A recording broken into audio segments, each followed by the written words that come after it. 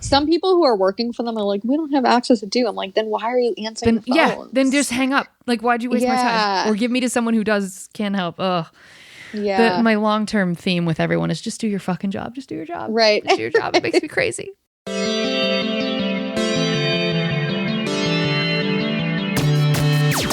Oh, hi, you're listening to Service from Hell, a podcast featuring people that are currently in customer service positions or the lucky few that got out and all the good, bad, and infinitely irritating things that go along with that work.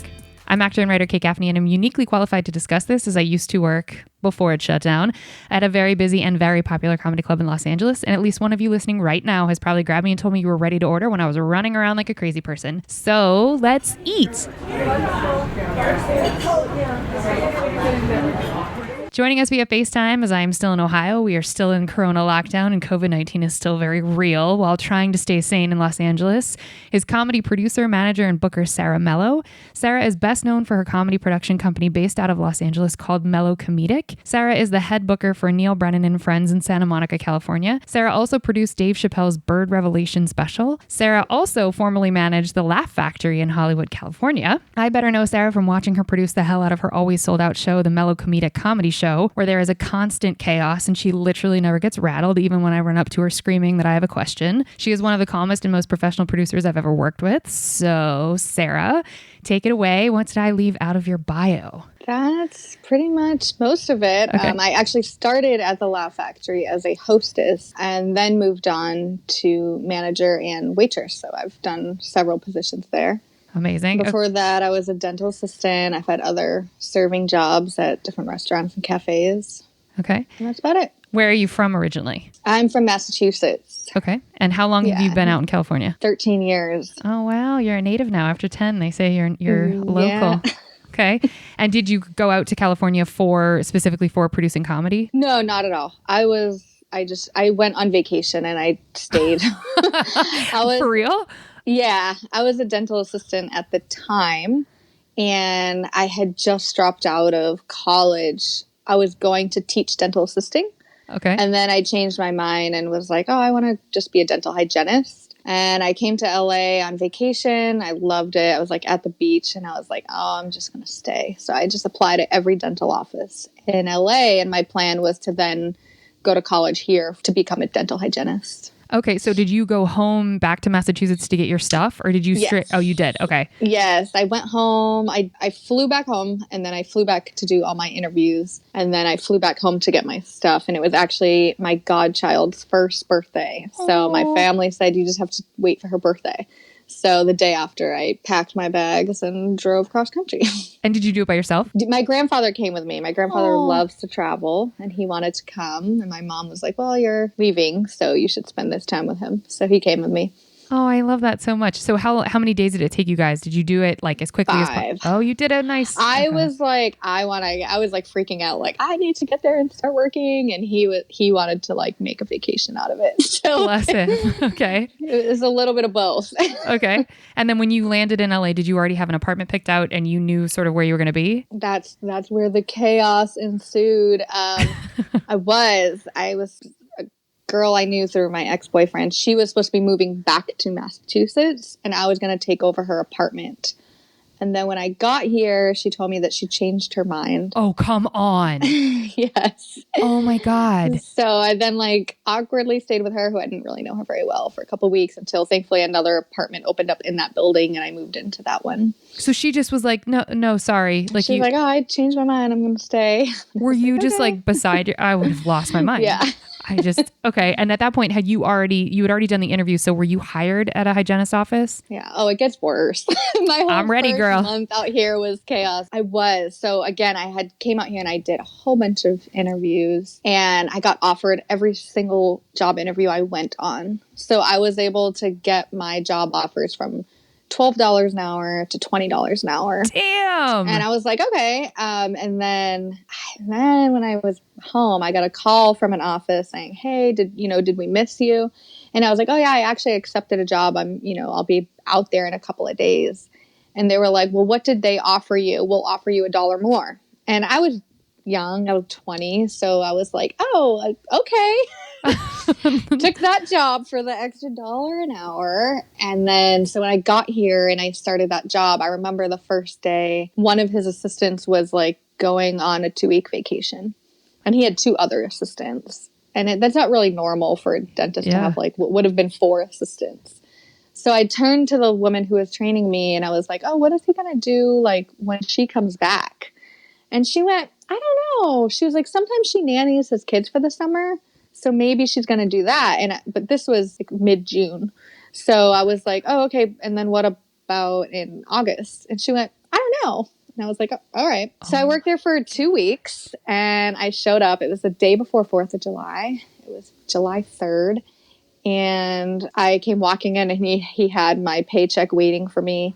And he was like, hey, she's back from her vacation. I don't need this many assistants. So, thank you very much. Fuck him, And I was Sarah. like, oh, okay. I was like, so you hired me just for while she went on vacation. And he like wouldn't say anything. And I was like, okay, there are temp agencies for that, right? Good for you. What an asshole. So mad. And I took I just took the check and walked out and cried. Oh my God. And the other office was really cool. And they had told me if it doesn't work out with them, call us back. But I was young and had an ego and was too embarrassed to call them. Okay. So I just started floating around looking for another job. I got robbed. Girl. While I was out here. So then I didn't have anything. I didn't have like my ID. I didn't have anything. My bank accounts I had to close because my checkbook was on it. It was a mess. So then I was trying to like look for a job without ID and like fix all of that situation. Wait, so where in the timeline did you get robbed? Was it like within the first right couple? After. Girl, right after I on. lost the job. So I had been out looking for jobs, which is kind of why I had all of my information on me. I had my camera that had all my photos of my baby cousins. Oh my God. I had my pepper spray. Ironic in my purse. that they stole. Okay. I had my apartment keys and then I had again my checkbook which had my address. And all my bank info. So. Had you like left it on a table or something? Like was it in your No, I was robbed like physically. Oh my God. Actually gone the girl whose apartment I was supposed to take over, she worked for a huge songwriter out here. So I had gone to visit them. I think we went and got some food or something. And then I was leaving and I was on the phone with my boyfriend at the time. And I heard somebody running up behind me. It was at like 3:00 in the afternoon on Sunset and Ivar. Oh my God. And I heard running and I turned around and the guy like grabbed my purse and we were fighting for it. And then he finally like shoved me into a wall. So my arm kind of went flying. My phone went flying. He slid my purse off. Oh my God. And then I got lucky. He actually came back after me to try to hit me and I reached for my phone and then he saw that. He reached for my phone, ran it, took off. So he was turning around to assault you or like hit you. Oh my God. He probably wanted to like knock me down so I couldn't chase him, but so it was bad. He had everything. So now it was like I have no ID. I have no access to my money. He stole a little bit of cash I had on me. I don't have a job. How were you not like, fuck LA, burn it down, I'm leaving? Like, I think I would have lost my resolve. It's funny. I had my boyfriend was on the phone with me, so he heard it. Oof. And now the guy had my phone. So I was like, I have no option but to call my parents because if they try to call me and they can't get a hold of me, they're going to freak out. Yeah. So I went inside. I used the office phone. I called my mom. My mom said, okay, do you want me to get you a flight home? And I was like, no. And she was like, really? And I was like, no. And she told me, she was like, at that moment, I knew you were never coming back home. I was like, and I didn't. I stayed. And then so that was all in July. I had moved here in mid-June. And then the month of July was my 21st birthday. It was horrible. Oh my God. And then I was like looking for a job and just trying to figure it all out. And then that's when I got hired at a dental office and at the Laugh Factory. At the same time? Yeah, like in July, the end of July, right after my 21st birthday. So then I had started at a dental office where valet lost the keys to my car. Sarah, I would have burnt the city down. I don't know how you survived this. My first day, I actually got a parking ticket because I didn't know you have to turn your tires. Fuck off. When you're parked on a hill because we don't have hills where I live. So I got a parking ticket while I was they told me, run up to the office and we'll give you the key card. To get into the gate. Park in the thing. Yeah. I got the ticket, went in, parked with valet, and they lost my keys. So I took cabs. Shit. There was no Uber back then. Yeah. Took cabs, and then my first couple of days working at Laugh Factory, I was waiting for my mom to like mail me my other key. Oh my God. And then we finally, I had another key made. And then I showed, like a week later, they were like, we found your key. We dropped it in somebody else's car and they returned it. Oh my God. And then the following month, I got into a car accident. Sarah, By wait. that point, I just gave up and I did not tell my family. I was like, nobody's going to believe this. Oh my God, if I were your sister, I would have been on the next flight and been like, I'm physically coming to get you and fuck this city. Like, it was horrible. I'm like, baby, I don't know. Maybe it prepped me for everything I was about to encounter out here. It was like, are you sure you want to do this? Like, get ready, girl, muscle up because it's about to get crazy. yeah. Oh my God. Okay, so you get the key made, you get your key back. What happened in the car wreck? Like, were you driving? Was it your fault? No, I was like driving straight down Highland, Okay. Up to like Hollywood Highland. And I was like, you about to pull up to a light, but just driving straight. And the people in the lane next to me just smashed into the side of my car. Ooh. And then they drove through the red light and took off. And it was so funny. I pulled into like, there was a gas station. So I pulled out to get out to check the damage. And they were like, this homeless guy came over, like, I saw everything. And I was like, you know what? I just got back in my car and I was like, I'll check the damage in the morning. At My this God. point, I don't care. Sarah, so it was a hit and run. So you never got their info. They never so there were no cameras. There was no like, oh, you must have just been defeated. And I just left the damage. I was like, of course. Because you're like, I'm over it. LA, you win. I give up. Yeah. Like, Jesus. You know what? I feel like, another guest has said you either come to LA to heal or to die. And nothing Right. has ever like resonated so hard about a city for me than that. And it sounds like you were like, no, I'm healing. Like, you're going to try and win and it's not happening. Holy fucking shit. Okay. So this is all within a couple months of you moving to this new city, being a fresh that was all baby. in my first month and a half living here. Oh my God. So you're now simultaneously working at the dental office and the Laugh Factory. So you're doing days at the office and nights at the factory. Nights. Good God. Yes. So you're not Yeah. sleeping. No. I mean, so at the dental office, I also worked like Saturday mornings. So I was 5.5 days there. And then when I started working at the Laugh Factory, it was chaos. I was hired for a couple of nights a week, and then every night they were calling me in. So I remember on Sunday days, I would just drive out to the beach by myself and take a nap at the beach all day long. yeah. Because it was like, I moved here for the beach. And I'm not enjoying the beach. Even if I'm sleeping at the beach, I'm gonna be at the beach. Wow. And that's what I would do on Saturdays.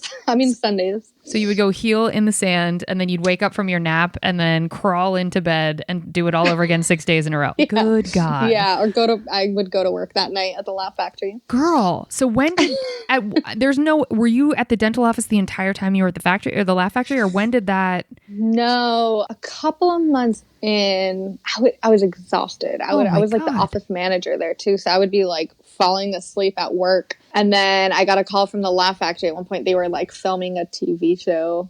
And they called me like, where are you? And I was like, what do you mean where am I? I'm at my other job. And they were like, oh, well, we're filming a TV show and the owner wants you here.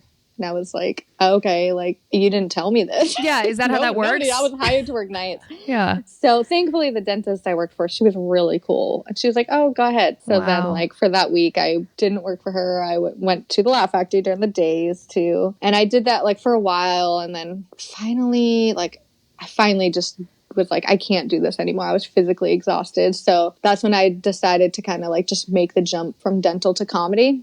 Okay. I was like, I realized by that time, like, I don't even want to do dental anymore. I love comedy. So I quit the dental office and then I was managing at the Laugh Factory already. I moved up there pretty quickly. Yeah. And then I just got like another waitressing job during the day. Wait, I would wait. Yeah. So then one job is not enough for you, is what you're telling me. I've never just had one job like my whole life. I always have multiple jobs. Okay. So I opened a cafe at like 6 a.m. till like 12:30. I'd go hiking in the afternoon and then go to the Laugh Factory. So just like 4 hours of sleep is roughly your average and you're cool with that? For years. I would sometimes sleep 2 hours and be fine. Ooh, that was just never in my DNA. Okay. So now I sleep a lot. And actually, especially since COVID, I've been your body's like, we're going to make up for all those years that you crushed us where you will be sleeping. So this is actually a good time for you. That's good. Okay. So what got you then? Because there's like that, I assume, did you work at the Laugh Factory up until you started producing your own shows? Or were you like... I started producing shows while working at the Laugh Factory. Still. Good God. So, I'm just going to jump in for anyone who's not in comedy and doesn't understand how intense producing a show is. You could literally make a 70-hour week out of just producing shows. To throw interacting with customers and or managing a physical location of a theater on top of that, I don't know how you didn't... Yeah. Like, you really were in boot camp when everything came at you in the first month and a half, if that's how you were doing. So, yes. So you're producing shows whilst you're managing the Laugh Factory? Yeah, I don't remember if I was managing or waitressing at that time. I think waitressing. And then Neil Brennan decided to start up his show. So we started that in 2011. That's the one in West Side Comedy Eclectic, the Neil Brennan and Friends? Yes. Okay. Yes. Okay. Yeah, he wanted to start up a show and asked him if I would run it for him. And of course, I was like, absolutely. So we approved it with the owner of the Laugh Factory first. I wanted to make sure he wouldn't get mad. And he said that it was okay. Yeah, I started doing that while still working at the Laugh Factory. And I worked at the Laugh Factory till 2013 until Inside Jokes opened. And then I switched to start booking Inside Jokes. Okay. And then... Oh, go ahead. Well, I was going to say, because you were managing serving at the Laugh Factory, and you're very approachable, you're very easy to talk to, and you're very calm. So were you already friends with Neil, or did he observe how you were and he think she should be a booker, or did you go to him and say, hey, I'm kind of interested in producing? That's sort of the route I want to go in. Yeah, me and Neil got close very quickly when I started. He was kind of new. He was out here filming a movie. He still lived in New York at the time. Okay. And me and him just got close, and I talked to him, and he was like, well, what do you want to do? And at that time, I didn't know much about the entertainment industry. So I was like, I want to produce. I want to direct. I want to do whatever you do. Aw, so earnest. He had actually brought me, like, he shot a pilot at that time that he, like, wrote, directed, and starred in, and he let me shadow him on set. Oh, what a lovely guy. So he was always supportive about stuff like that, but he always knew that I loved comedy and I wanted to do more. So, and then he knew how well I knew the comics. I helped get a couple of comics passed at the Laugh Factory. So everybody kind of knew at the Laugh Factory I should have been like booking the club. But I was like waitressing and stuff or night managing, but still. So he was like, I want to start the show. I can't really think of anybody else who I would hire to book it. So he hired me. So that was good. That's really lovely. Yeah. And that really helped me get to, because at the time I worked at the Laugh Factory, but would hang out at the Comedy Store and the Improv. But then through working with Neil, I met even more comics. So I then was able to really grow and know more than just Laugh Factory comics at the time. Okay, so we're going to jump to 2013 in a second, but I just want to, for the audience that doesn't work in comedy, so what she just described was basically working at one of the biggest comedy clubs in the whole city of Los Angeles and really the country, and then she would go and hang out at the other two most famous comedy clubs in Los Angeles at the time. The Ice House is now a contender, I would argue, but that's Pasadena. But the three that she mentioned are the heavy hitters in the game. So you would work at one, and then when she says hang out at the other clubs, what she actually means is network, shake hands, continue working. So she wasn't like, I don't mean to put words in your mouth, but you were hustling, and that's such a grind of like, oh, tell me more about your life. I'm so interested, and keep going, and yay. And like, you are genuine, but that networking game is so draining. So you would go from a draining customer service job to 2 draining experiences after that. God bless you. Okay. But it got you where you're at, which is huge. So, okay. So 2013 hits and you move over to away from the Laugh Factory altogether. Okay. It didn't end well, but it ended. Okay. We'll get into that if you can later in my question round. We can get there. Okay. And so then you move on to officially just booking another club. Now you're not. Yes. Okay. And so how long are you still doing that? Yeah. They found out right away, like right as the other club opened. So it ended abruptly at the Laugh Factory. Okay. And then they did call me back, and then I turned it down. And then I worked at the other club for a while. I just didn't agree with how things were being run there. So then I left there. And then I kind of took a break where I was like, I got to get away from this a little. I continued doing Neil's show, though. So I didn't like fully step away from comedy, but I took a break for me. Girl, I get it. Like I was still doing it, but it wasn't as much as I had been doing it, doing several shows. I just stuck with Neil's show for like a year. And then I just I guess I just didn't know what I wanted at the time. I knew I wanted to do comedy, but was stressed out. And then at the time, like, comics had been hitting me up to do shows with them. And I kept being like, no, no, no. And then one day, like, a comic hit me up asking me to produce a show for him on the same day that the Improv hit me up asking me if I would want to do a show there. Oh, wow. And I just kind of like took that as a sign. Yeah. So I was like, well, hey, I called up that comic, like, you want to do a show at the Improv? And he was like, okay. So we all met. And then that's where I started a show at the Improv. And that was like my first show that was like my show, you know? Aww. So yeah, so that was great. And I mean, I think on my first show I had Neil Brennan, Kevin Nealon, David Allen Greer. Holy shit. I think maybe Harlan Williams. Oh my God. I had like a great Damon Jr., Jane Cook dropped in. So it was great. And yeah, I started doing a show there for a while. It was hard. And then a Comedy Store called me. So then I switched my show over there. So why was it, are you able to speak freely as to why it got hard at the Improv, or is that something we should skip over? I guess I can talk about it. I mean, when you produce a show, you put your own money into it. I did not know that. Yes, I put all my money into my own shows. So meaning like making the flyers and doing the marketing and paying the comedians. Ooh, you have to do that too. Yes. Oh, and at the time, and I had a DJ, so I'm paying a DJ and paying the comics. You do all your own promoting. And it's very hard to promote and sell tickets in LA. Oh, in LA, people want to see names and don't want to pay. Facts and double facts, yes. Yeah, and then just the deal I had worked out at that club was I wasn't making money, to be honest. It was like, well, if you're only giving me this percentage of the door and I'm doing all the work and I'm paying all this stuff, it's impossible for me to make money off of what my costs are. So it was just draining, and it was like, I'm doing all this and losing money. Like, not worth it. Paying money for comedy shows.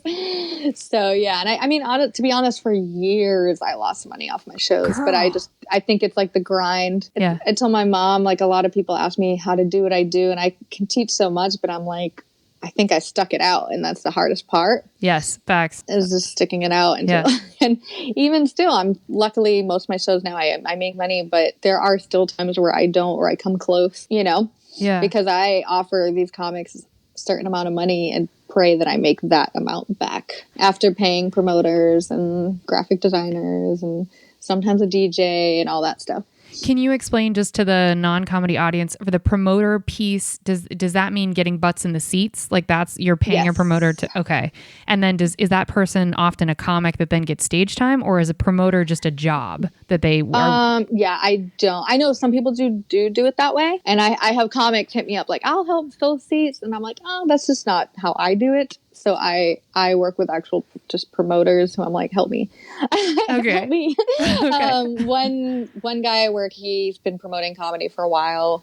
And then I have another friend. She was a club promoter in Chicago for years. So she helps me. And then a social media person, just stuff like that. Because for me, you know, all of my time out here has been spent networking with comedians. And I've met a lot of people through working at the club. But again, most of the people I know are already in comedy. So it's harder for me to then promote. I can get the comics. It's hard to get the audience. So I do the best I can. Yeah. But I also do then hire people because I can't just do it all. Oh, it's two separate beasts. I mean, trying to get an audience versus trying to get comics is like those are wildly different, complex, crazy things. And just because of the time that we're in a male-dominated industry, do you feel like it has been harder for you to try and make footing, or did it help that because you had such a great relationship with these comics that they sort of carried you to the point, not that you don't have talent, but just because as a female, I feel like the cards are kind of stacked against you to be taken seriously, even in whatever realm of comedy. So did you find that at all, or am I pushing a narrative on you? You did. No, definitely. There were some parts that some of it I can't get into, but yeah, it was definitely hard being a female. I've just always been a hard worker.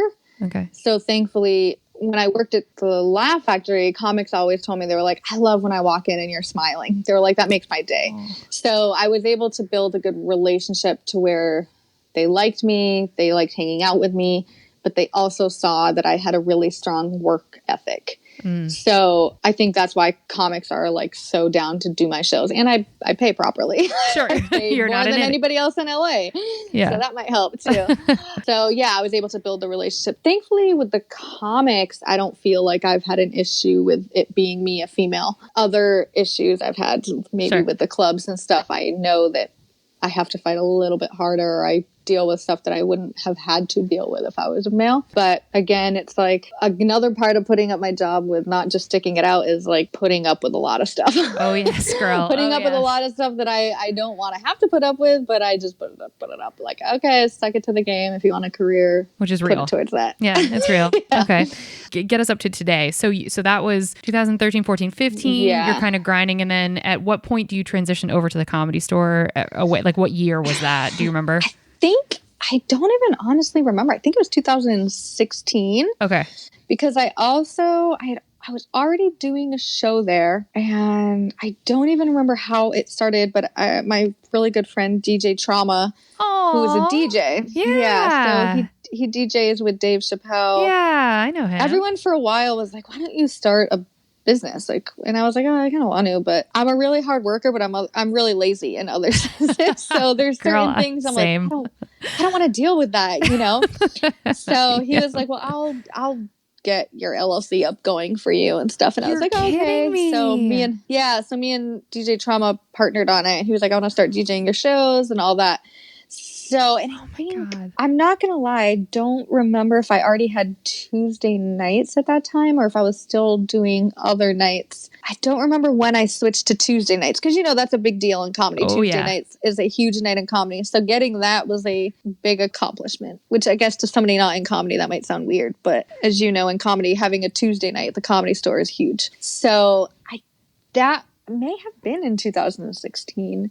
Okay. So I think maybe 2014 or 15 I was at the Improv, and then maybe 2015 I like switched to the Comedy Store, and 2016 got Tuesday nights. Okay. I could be wrong. I don't know if those days are right. And then while I was doing that show, I also here and there have over the years I've done shows at the Ice House, and then I also started booking Comedy Juice, which was LA and New York, San Diego, New York, and Ontario. Oh my God. I think it was. Were you booking all of those cities? Yes. Oh my God. Yeah. And then there's also another person who was helping me in New York. And he would run the shows and he would help with some of the New York bookings. But yeah, I was doing all of those and my shows and Neil Brennan and Friends. I was also doing a show with Owen Smith at the West Side Comedy Theater. Girl. So I was doing 16 shows, which was like my phone. I had over 300 unread text messages a day. All the time. At any given moment. That's like, I don't know how you kept your head on straight. And so you're running 16 shows. Were you like, I mean, how is that? How? I don't know. Okay. You just kind of like zone out, I feel like, on a lot. There's some things you just ignore. Some things you just zone out and do it, you know? I don't know. It just, you know, when you just got to do something, you just do it. Yeah. So it was hard, definitely keeping track of all of them. And like, did I book this one? Did I book that one? Did I promote it? I would have gotten confirm people for the show. It was crazy. And then Dave Chappelle's guy from Live Nation called me one day, like, what's your week like this week? And I was like, told him all my shows. And he was like, okay, well, Dave wants to film this week. So can you do like Wednesday to Sunday? And I was like, okay. Like he wanted you to physically come and help produce it, or he wanted you to clear your theater? He wanted me to help. It started as like, we just need you to book 2 openers and help bring the crowd. And I was like, okay. And I was like, so do I have to be there? And they were like, you don't have to be there, but you should if it's supposed to be your show. So I was like, okay. So then I had to cancel some of my shows that week, and the other clubs were not happy. Really? But I had to make a decision. So then I did that, and then he added shows on. So then we ended up doing like 2 shows a night from, I think, Wednesday to Monday. God love him. And then I ended up running the shows there too. And then, so I did all that, and then it was Thanksgiving, and I quit Comedy Juice. I quit my Ice House shows. I just like quit a bunch of stuff. Oh my God, like, you had to. I just can't. Yeah. So then I just kind of shut down, and then I decided I'm only going to do shows that are my shows. I'm not going to book shows for other people anymore, because those just were a lot of work and headache for no money. So I was like, I'm only going to do something that is repping my brand. That transition is hard, but like that's one of those necessary, like you just jump out of the plane and you're like, I'll pull the cord when I need to, but I gotta just go. Yeah. So you're working, you do Dave's show, then you're like, I'm only gonna book my own shows. And so since you didn't really come to LA for comedy, you sort of fell into it. Did you grow up loving comedy, being obsessed, and it just was sort of like cool they happened to do comedy in LA? Or was it you had a couple comics you liked and it just sort of fell into your lap because you were applying everywhere? It was the complete opposite. I didn't even know that stand-up comedy existed. Wait, I'd seriously? never watched it before. The only thing I had ever seen was like my ex-boyfriend back home used to watch Wild and Out. So I had watched like a couple episodes with him, and like I recognized like Cat Williams. So when I met Cat Williams, I was like, oh my God, that's the guy from that show. But I honestly think that helped me. And people are no like, question. Did you watch Seinfeld growing up? And I'm like, yeah, I watched Seinfeld growing up. I guess I never paid attention to that part of him on stage, you know? Yeah. So when I got offered the job, at the same time, I also got offered a job working for Clear Channel, which is like the radio, which I guess I know now how big that is. Yeah, that's huge. But again, I didn't know, and I was a kid, and I was like, I also got a job offer at the Laugh Factory, and I was like, I remember talking to my boyfriend at the time. I was like, I don't know what it is, but it has the word laugh in it. So I was like, I think I'm gonna take that one.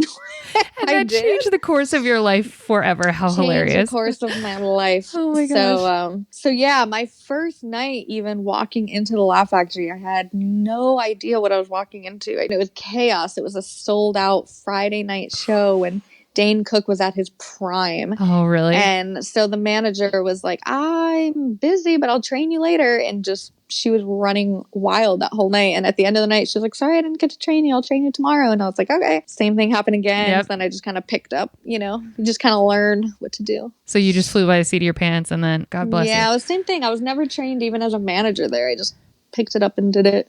That's crazy. Amazing. Well, all right. So we hope you enjoyed your apps. Thank you for listening. We're going to go on to the entrees after a quick break.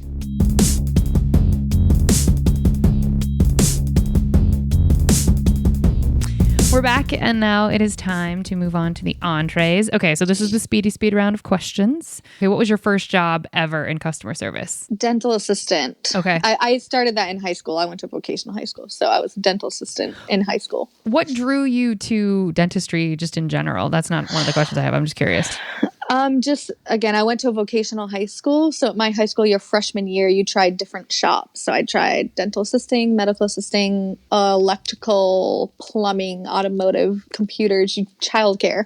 You try a bunch of them and then you pick which one you liked. And I liked dental assisting. What was it that you liked about it? I don't know. You just liked it. I remember I originally went there thinking I wanted medical. And then they were like, oh, you have to draw blood. And I was like, no. No, thanks. Okay. Yeah, and then what's funny, because then the more you get into it, like even as a dental assistant, I loved watching people get shots in their mouth. And I was like, I want to do that. Yeah, you get to the point where you're like, I love this stuff. Okay. How many customer service jobs have you had total? Feel free to take time and add them up. I would count, obviously, dental assisting as one, so that was high school. Oh my gosh. Yeah, take your time. A lot. Okay. Like, I've had 3 or 4 dental assisting jobs. Okay, we'll say 4 for the sake of counting. Yeah, then worked at Dunkin' Donuts for like a weekend when I was in high school, I think.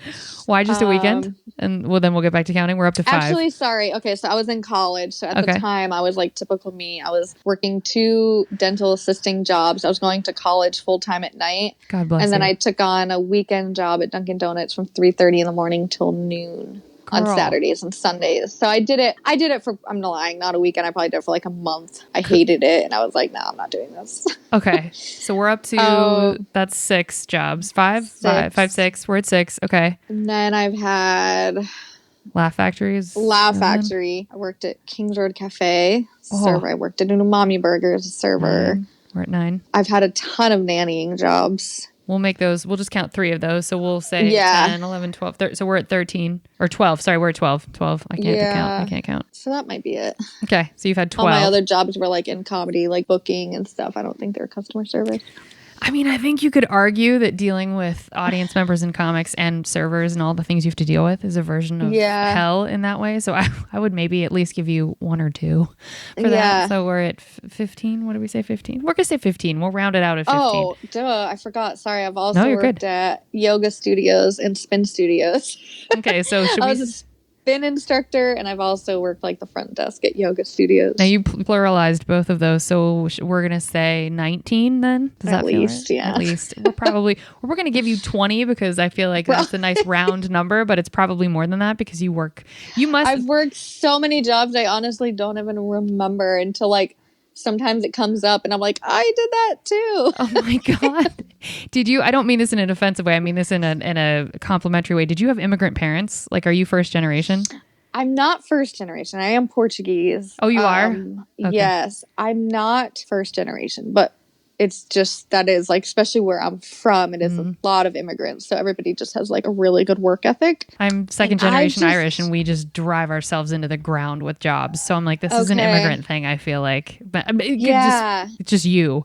But and I think it's just my personality. I have to stay busy or I go crazy. I actually one night, I also worked at John Lovett's Comedy Club. Jesus Christ, in Universal City? That was a secret, but I guess we can talk about it now. I worked there while I was working at the Laugh Factory, and I just like, and what's 21? Actually really funny is there's a comic who you probably know, Chris Spencer. Yeah.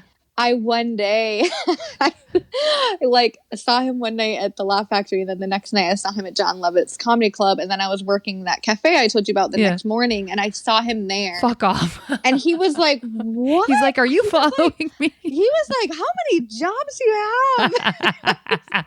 And you're like, don't worry about it. I'll see you at the gym later when I'm teaching you a spin class. Like, don't worry. Yeah. When I was working at that restaurant, the other people I worked with, they were like, what are you saving up for? They were like, what are you... Who do you owe money to? So much. Yeah. They were like, what do you... I'm like...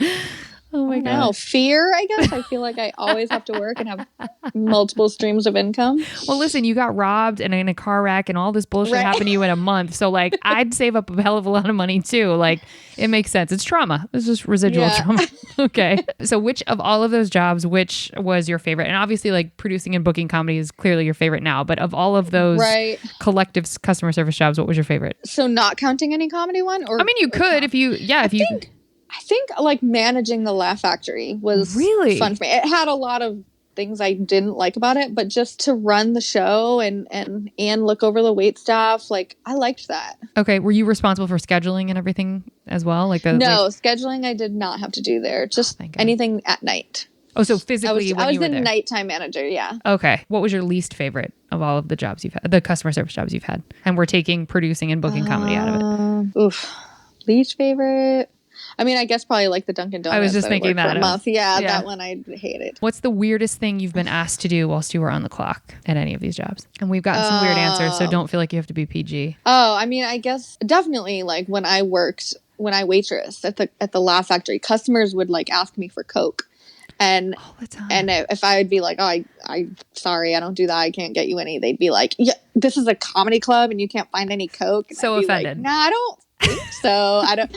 And they'd threaten like your tips over it, and it was like, all right, well, don't tip me because sorry, I can't get you this illegal drug. I'm so sorry. Like, ask a comic. I'm sure you'll like just go up to them. In fact, do it while they're performing. They got you. Right. I just back to your last question. I also remembered. I forgot. I also worked at a hotel briefly. You're at 22 jobs. I'm still keeping a tally because I feel like we're going to hear 10 more of these. Okay, what did you do at the hotel? And that job, serving, and I'm not going to lie, it was so weird at the hotel that I just one day walked out on my lunch break. I felt like it was so weird. I felt like I was being pranked. And can you be more specific? Like, what do you mean weird in a way that made you want to leave? Just like the manager would yell at customers. I watched him yell at an old lady. No. I watched him yell at a girl telling her she was inappropriate. And like, really? Then it was raining and we were talking to this one customer at the bar, and then his friend had gone outside, and the manager came back and told the guy like, hey man, your buddy just fell out there. It doesn't look good. You should go check on him, and didn't do anything. And I remembered thinking like, well, dude, a customer just fell on our premises. You should be helping him. Or scared of being sued. Yes. And then the girl who was supposed to be training me, like, wasn't training me. She was, like, standing at the bar talking to somebody about, like, plastic surgery. Nope. And then they all found out that the owner was there and they got so scared and they were like, who's serving her? And I was like, well, it's gotta be me because I'm the only one working right now. And then they were like, did you give her special cookies? Did you give her special water? Did you? And I was like, I've been here a day, no, bitch. I didn't know. Yeah, like, how would I have known this stuff? Oh. And they got like so mad at me. And I was like, she seems fine, actually. She doesn't seem mad at me at all. And it was just so much weird stuff like that. I was like, this has got to be a joke. Yeah, either there's cameras there or it's haunted. And you're like, is everyone a ghost but me? Like, am I being trained by a bunch of ghosts? This is so weird. And I was like, again, I work in comedy clubs. I worked in weird places. But that was just... Isn't that crazy when that takes the cake? Like, and you've worked in comedy? Like, comedy's a weird sport, but my God, like the sport of hotels, you're like, like no, you expect it there at a hotel, like in Santa Monica. I expected better. I bet if you drove by there today, it'd be gone, and it was just like there was never a hotel there. Now you have some weird like. What was so funny was one of my friends happened to like know somebody who worked there, like in the kitchen, and she posted a photo of me on her Instagram one time, and she said that the guy texted her being like, "Yo, you know Sarah Mello?" And she was like, "Yeah." And he was like, she worked with me and like walked out during her shift. And she was like, "Yeah, that sounds like Mello." I was like, and you're like, did you ask her about the haunted hotel you work at? Because it's for sure haunted. Good Lord. Okay. Coke was the weirdest thing you've been asked for. What's an incident with a customer that made them ask to speak to your manager either whilst or after they interacted with you? Can you think of any? Yeah, we had one. I was managing the Laugh Factory when I was 21. Yeah, that's young. So nobody ever believed that I was the manager.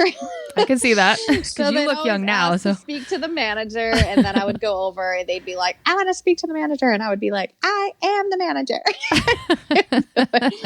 So we had, I mean, I'm sure you know because you guys have it at the Comedy Store. There's like the 2-drink minimum. Yeah, standard at clubs. So right, so we constantly would get complaints about that. Oh, it gets so tired. One time they were complaining to a waitress about that. So I had to go over and talk to them. And at the Laugh Factory, it was very strict on the 2-drink minimum. And it also, your seniority each week went by how many drinks you sold previously the week before. Oh my God. So that determined how many shifts you were going to be turned into that week. That's unfair. And also how many shows you worked, because we had multiple shows in a night. So if you were top on the list, you always had first choice of, am I working this night? Am I working both shows, or am I working 1 or 3 on the weekends? Like you could say, I have a preference for this many shows or whatever. Oh my God. Yeah, like so just say for example, say I was number 1 on the list. Okay. Say that night they knew it was going to be slow. They would call you like, do you want to work or do you not want to work? And you could decide. But if it was full and they needed everybody, then it was like, okay, you're working. But you might go and they may have only needed everybody for the first show. And then the second show was going to be slower. Because you were first seniority wise, you got to choose, I'm going to stay and work it, or no, I want to go home. So it was cumulative week to week, meaning like in the week, if you sold 1,000 drinks, then you were number 1 that following week, or was it shift to shift? Okay, so it was week to week. So it went week by week on how many drinks you sold previously the week before. Which kind of fucks you if you're on the lower end, because if you only got 2 shifts, but you're competing. Yeah, because you're competing with someone that got 4 shifts. So so it was your average drinks per shift, or drinks per night or something. But it was hard because if you were at the bottom and you got a small section where, say, you only had 14 people compared to somebody who had 30 people, if your 14 people aren't drinkers and each only get the 2-drink minimum, then you sold 28 drinks and that's screwed. it. You can't. Yeah, you're like, well, they only wanted to drink their 2 drinks, so my average for the show is a 2. So they made it very competitive for us there. So yeah, it was hard to get back up if you were on the bottom. Did that lead to infighting amongst the servers? Like, were in like bad blood between you guys? We were all close. I mean, I don't know if it's like this with you guys. We would fight and argue and like be over it by the end of the shift. You just kind of know, like, we're stressed out right now. There's so much going on that you might yell at each other and you're over it by the end of the shift. But 100%. But yeah, we would have stuff like that. We were able to add gratuity to groups of 6 or more. So one server, again, her people complained about the 2 drinks. Then they were trying to say they were not a group. Oh, fuck And she was like, off. they are a group. He told me this is his mom. So I went over and I was like, sir, they told me that, because he was like, I'm just here with my girl and this, I don't know them. And I was like, well, you said that was your mother. And he was like, oh, well, we met her in line and we got close. So we said she's like a mother. And it was like this whole thing. So they threw a fit and it was just a big thing. And then they ended up like writing a complaint about us and we got written up. Oh my God. I was like, I enforce the was doing policy the that exists here at your job that you have hired me to enforce. So was that often the case with management, that in some of your jobs where it was like the customer was always right in those situations? Oh, that's tough. I had serving jobs where if people walked out, you had to pay the bill? Most serving jobs I want, if people walked out, you had to pay the tab. I've said this on this podcast so many times, and I get emails of people being like, there's no way that's true. And I was like, I had someone walk out on $150 tab. Me too. That I had to pay. Yeah, and you had to pay it? Yeah, and you're like, that's my tips for the night. The whole night. I worked to cover that tab. It makes me crazy. Okay. Well, thanks for validating that that's real. I had that several. One night it was like this girl had customers that she didn't know she had at the Laugh Factory. And I was upstairs working on the balcony and her shift was like in the back of the club. And she was like, I didn't know about them. I'm embarrassed to go over. Like, can you take them? All this stuff. I was like, yeah, fine. And I was like, but show's closing and the DJ owes me money. Like, can you go get it? Or she asked me, I think that's what it was. She asked me to go get it. Whatever it was, the customers came in so late. We normally would always get cash or card up front for them. Yeah. But we were in such a rush. We just did it. And it was a group of 5 girls.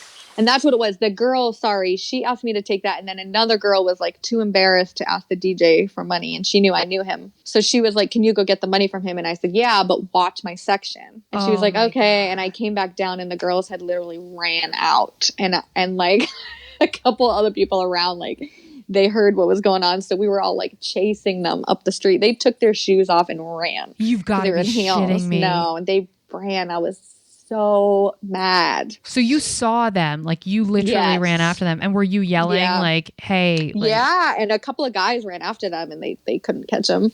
Wow. Oh, I would have been so mad. So you ended up, you personally had to cover that tab. I did, but I got really lucky that night. And there was another guy there who overheard and he gave me some money. I got lucky. There was a lot of times like I would get screwed over and people would overhear and be like, here, you shouldn't have to deal with that. That's lovely. That has never happened to me before. That is really lovely. Yay for your customers being cool. Okay, so what's the last straw that got you out of, whatever last straws you can talk about? I don't know if this is touchy. So if there's a last straw that got you out of any of the jobs, it doesn't have to just be the one we talked about before. Yeah, I mean, they were different. One job, I remember I passed out. I had passed out in the shower and I called them being like, I just passed out. I can't come in today. They got really mad at me. I don't remember if they fired me because of that or if however they handled it, I quit. But I remembered being like, I physically can't come in. So I don't know. Dear God, that they would fire you. That's so shitty. It's so shitty. Another job, it was just like gross serving stuff. I was sick of, I worked early mornings and didn't make a ton of money. And it was like just the grossest thing where like the barista, if I would ring at a coffee drink, the barista, if you didn't go back and give him a hug, he wouldn't make the drink. So now your customers are getting mad. And I was like, that bullshit is so tired. Am I putting up with this for like to make $80 in tips for the day? Nope. Nope. Go by. I would make like at that place I made on average like 80 to 120 and it was just like, is this worth it? It's like you're getting yelled at by customers and then you gotta get touched and hugged. Like, no, I'm sorry. Yeah, because you didn't agree to physically touch someone. Now they're not doing their job. Yeah. Gross. So I had that. So that was one job. I worked there for 2 years and I was finally like, I'm done. I love it. After these 2 solid years, I'm walking out. Okay. Well, it's like, I think every job, it's like there are great parts of it and then there are horrible parts of it. So sometimes you let the great parts of it, like, all right, this sucks, but I'll deal with this or whatever.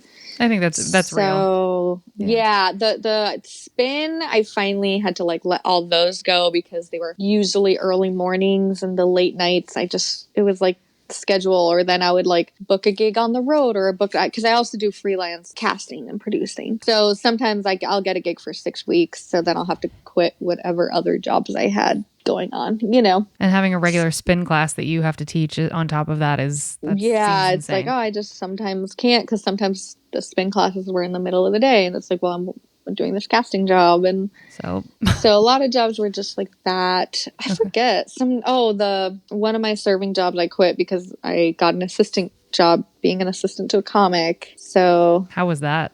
it was all right. We're gonna push past it. Cool. I think it was a lot of the jobs I had being like assistant to people out here. It's real intensely terrible. over 40 hours a week for like no money. No money. Zero money. And majority of the jobs I quit is because like the pay doesn't equal out to all the stuff I'm putting up with. All the work, and the emotional bullshit and all that. Yeah. No, being an assistant to someone is universally terrible from everyone I've spoken to, except for maybe one person. I'm like, no, this sounds awful. I worked one job that was funny, and it was so funny. Like our checks would bounce every week.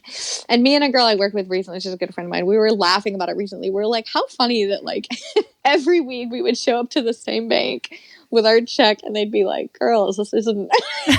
And we were like, they must have saw us walking in every week and been like, here are these poor saps. Like, they thinking know they this got check paid.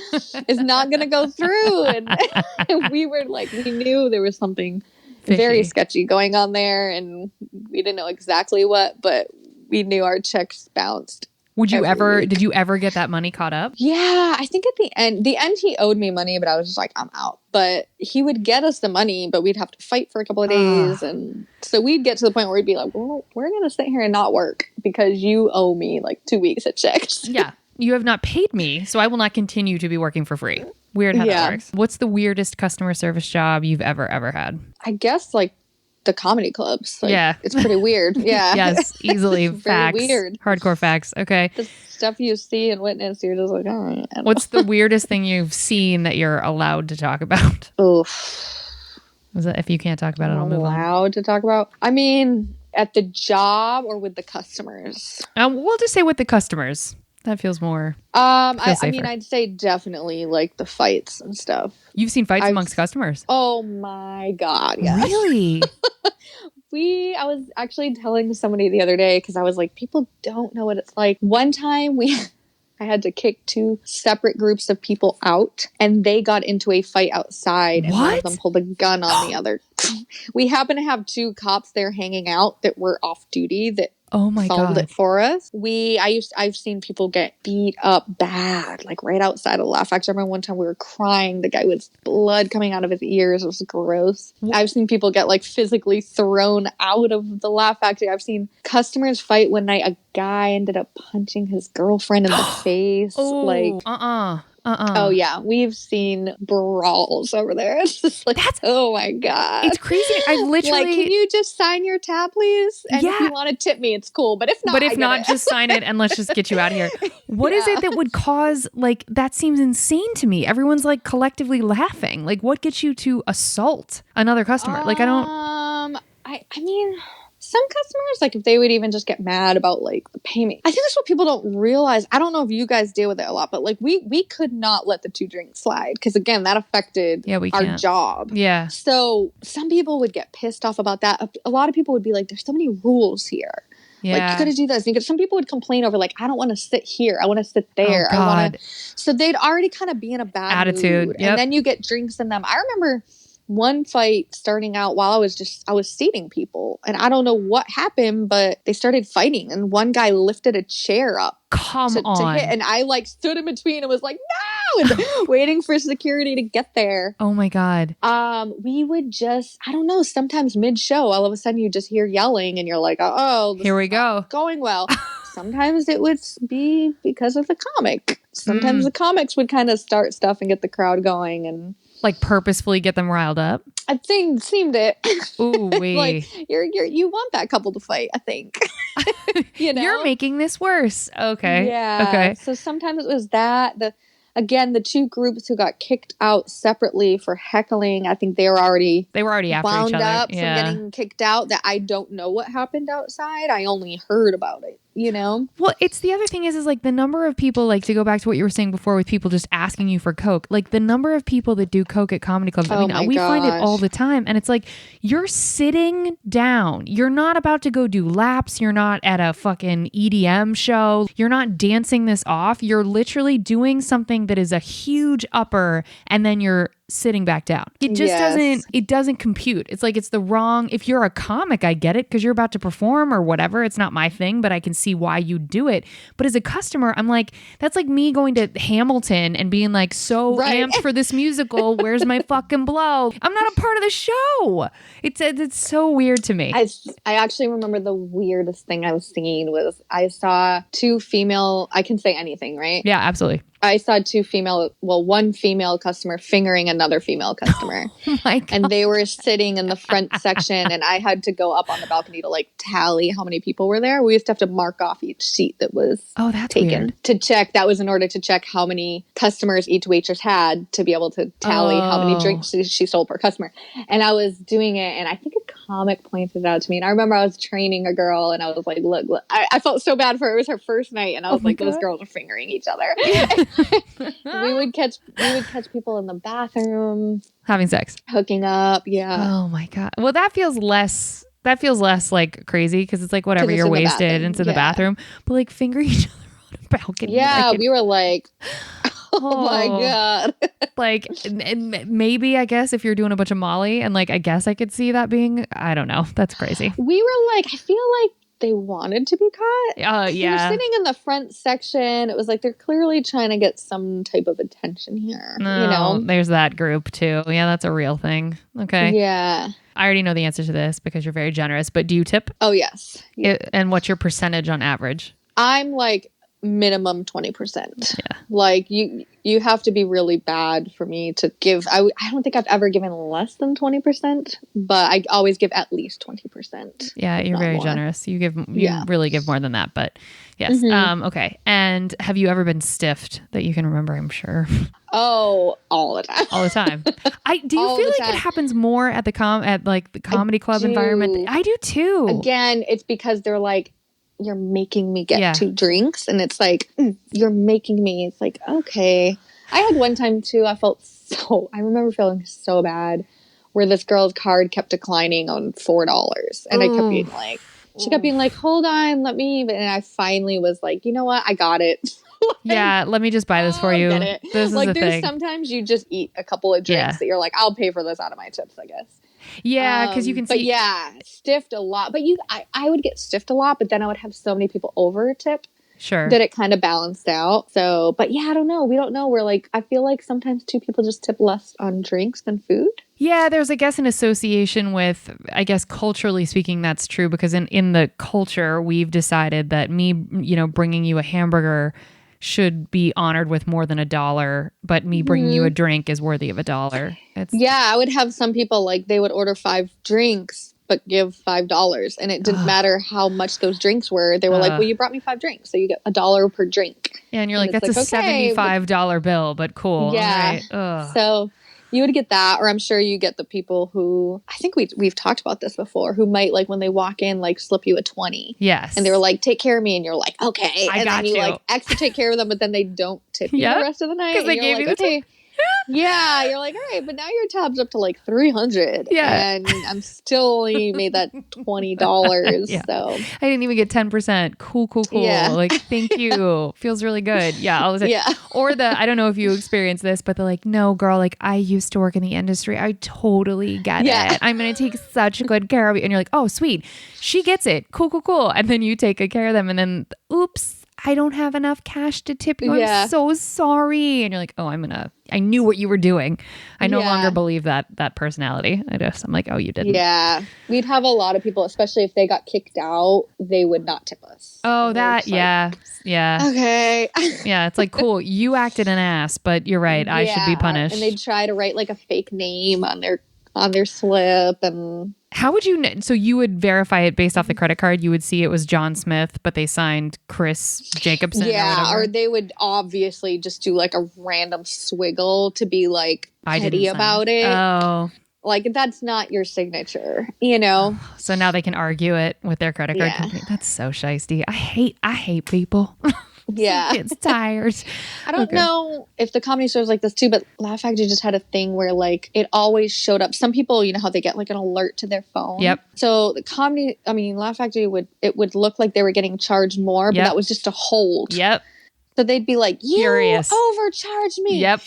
And they think it's us. And Uh-huh. I'm like, no, no, no, no. Bitch, it's this not your credit card company. Leave me yeah, alone. I'd be like, give it 4 days and you're going to see the Uh-huh. proper amount on there. Mhm. And I would show them their receipt and I would be like, this is what was charged on your receipt. Some people I would have to bring them over to the computer screen. Yep. And be like, this is all that was charged. It's just like a hold. Same. So we would deal with that a lot. And then they would not tip us because they were felt mad. like we overcharged them and stuff like that. Yeah. And you're like, no, bitch, just what I explained to you. The GM, the old GM at the Comedy Store would say to me all the time, like I'd come in and I'd be like, well, you look really tired. And he's like, if I have to answer one more call and explain to people what a pending charge is versus a charge that actually goes through, I'm going to chuck this computer out of the window. And I was like, oh, do people don't understand how money works? I'm like, but you got time to call? Anyway, okay. Yeah. Were you ever fired from a customer service job? Technically the Laugh Factory, but it was because I was booking the other club. They fired me and then called me back and pretended it wasn't them. And Come on. Did another ghost called you? No, he was like, I was out of town and I didn't know the girls were doing it, but the girl who had to do it was my friend. So she was like, I'm so sorry, as she was doing it. And I was like, it's cool. I'm like booking the inside jokes. I get it. And then so he called me back and was like, I'm sorry, how about I help you start a booking company and you come back? And I was like, I'm really busy right now. Maybe in a couple of weeks. And then in a couple of weeks when he called me, I was like, sorry, I'm just too busy. I'm like really busy. Because it started with in the beginning, I was trying to like really shove it in his face. And I'd be like, they kept telling me it was a conflict of interest. And I was like, I don't know. Again, I had already been booking Neil Brennan and friends. So I was like, I don't know how me booking inside jokes will interfere with me serving drinks at your club. And I kept kind of throwing it in their face that they never made me a booker there. Good for you. I was like, all I'm doing is serving here. It's totally different.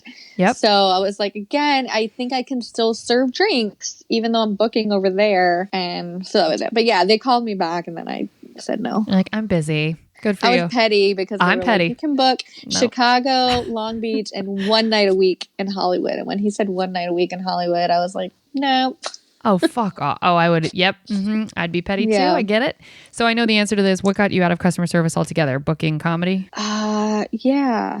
Is that not the answer? I'm sorry I fed it to you. I think it was. I mean, yeah, I was definitely already, I was booking comedy. And then I don't remember why I stopped my final serving job. It may have been that or like my assistant. I think it was like the assistant job actually working for the comic got me out of my final serving job. Yeah. Okay. And then last question of this section, worst customer you ever had to deal with. Can you think of just one of many?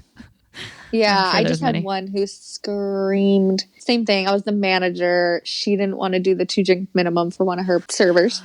That server called me over and the girl screamed at me and she was like, shut the F up and get the F out of my face in the middle of the comedy show. And everyone turned around and looked at us. And I was just like, what did you say back? I went, okay. By the way, I had to like crawl over booths to get to her because you know how it's awkward. And I was so mad. And I went and got the security guard who just so happened to go to the same gym as her brother. Fuck off. So he was like, well, I don't want to kick them out because, and I was like, she just screamed at me in front of the whole club. Also, your job is to kick her out. I was like, if you do not kick them out, like you are going to make me look bad. And he did not kick them out. Her brother came out and then her brother tried talking to me and then me and him ended up arguing. And they let them stay. And I ended up randomly, like a month or two later, I bumped into him at a nightclub and we both looked at each other and we're like, oh, it's you. And we gave each other a hug and we ended up becoming really cool. We exchanged numbers and we're cool to this day. Really? Have you seen his sister since then? No. And I wouldn't recognize her anyway. Yeah, isn't it? I get face blindness when people make me crazy. Like, it's so funny. I can't do it either. That's so funny. Yeah, and then it was like me and him argued out in the hallway. Yeah. So I really got to like see him, whereas her, it was just like a one thing. Once being told to fuck off, which is, unfortunately not memorable because it happens so often in these clubs. Yeah. God damn it. Okay. Well, guys, we're going to move on to the good stuff. We hope you saved room for dessert.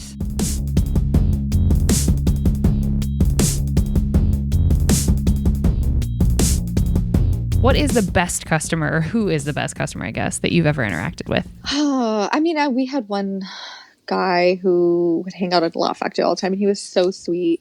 very generous, and he would bring us pizzas. He would bring us chocolates. He tipped us very well. But he became like a staple there. So it was like he was like a customer, but he kind of just hung out. I don't know if he'd be considered a customer. Yeah, I mean, he started that way, I guess. And that's I mean, I have customers who come to my shows at the Comedy Store that were people I used to serve at the Laugh Factory. That they have lovely. followed me. They came to my shows at Inside Jokes, and now they come to my shows at the Comedy Store. So I've built like friendships with my customers over the year.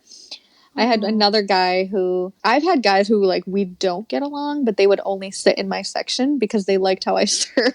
It was weird.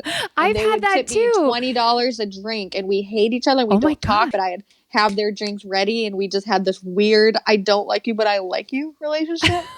I so know what you're talking about. I have another guy who like became friends. He was dating a girl I worked with, and he would be like, "No, I want to sit in Sarah's section." And to this day, me and him go to dinners together. We're just, always be cool. So I'm like friends with some of my customers. So. That's cool. Okay. Because you worked, how many years total were you at the Laugh Factory? 6. 6 total. Okay. That's enough to establish. Yeah. That's cool. There's a director I'm friends with to this day who I served him at the cafe that I worked at for 2 years. So. Oh, wow. See, you're a memorable person. How many do you know how many people can actually fit in the Laugh Factory? Like what's the capacity? 287 in the whole thing is total. The capacity, yeah. Okay, and then what's the nicest thing a customer has done for you whilst you were working? I'd say like the guy who heard that, they walked out on their tab and That's lovely. That's really lovely. Did anyone ever pay it forward at any of the jobs that you've had? Did you have like a customer buy, like at the cafe? Oh, I'm going to buy around for these people. Always? Yeah, always at the Laugh Factory. Like people would maybe kind of become friends with the other customers. Or maybe they had an exchange outside that went well, that they'd get inside and be like, I want to buy that couple around, or especially the guys that are like, I want to buy that girl a drink. Or I love that. That doesn't happen that often anymore. So I love it when I hear stories of that. Okay. Yeah. What is the best lesson that you've personally learned from having worked in customer service?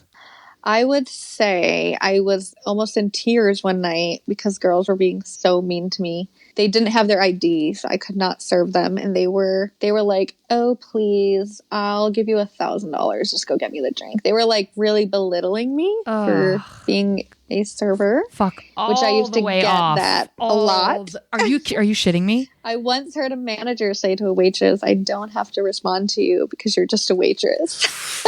It's another thing that bothered me. And I was like almost in tears back at the bar, and a comic told me the quote. I don't remember who it's by, but it said, rudeness is a weak man's imitation of power. I just got chills. Which comic said that to you? Are you comfortable saying? If you're not comfortable saying, don't say it.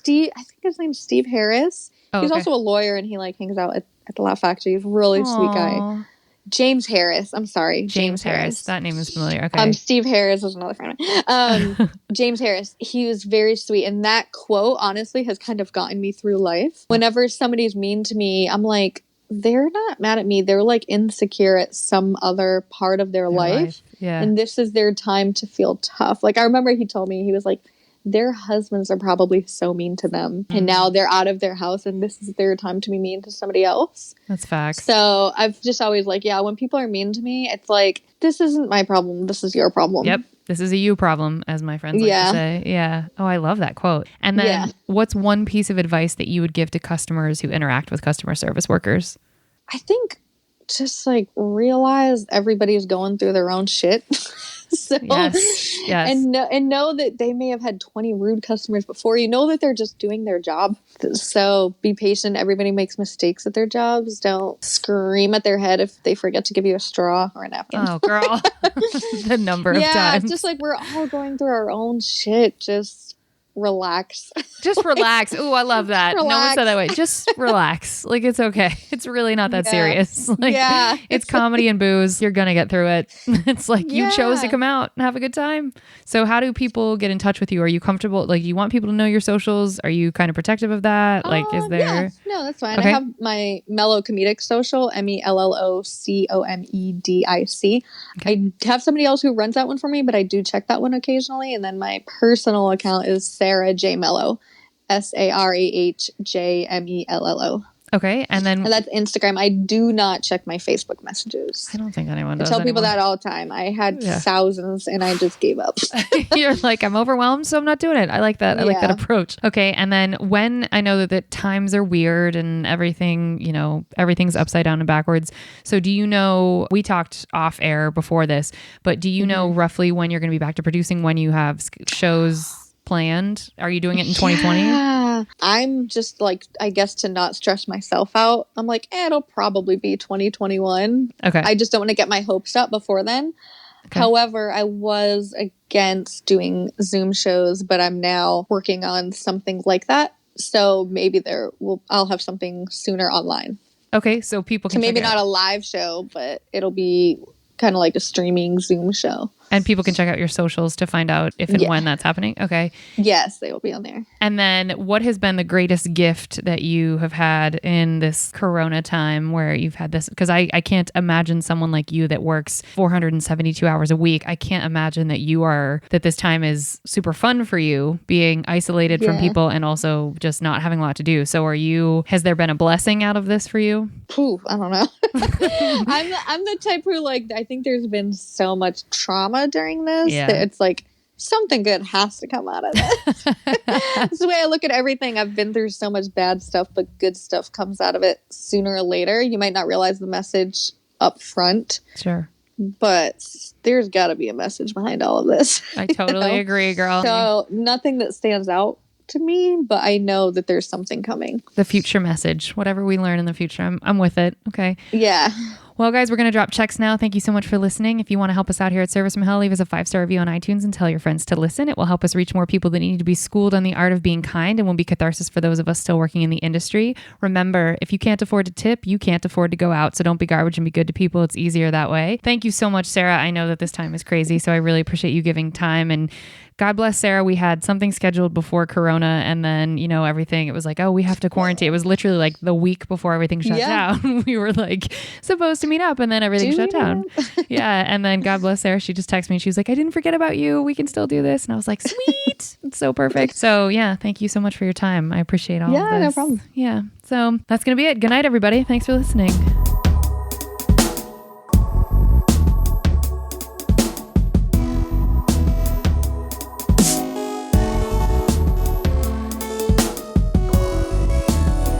I told Emily, I was like, don't worry about me. I'm not planning on having any shows in 2020.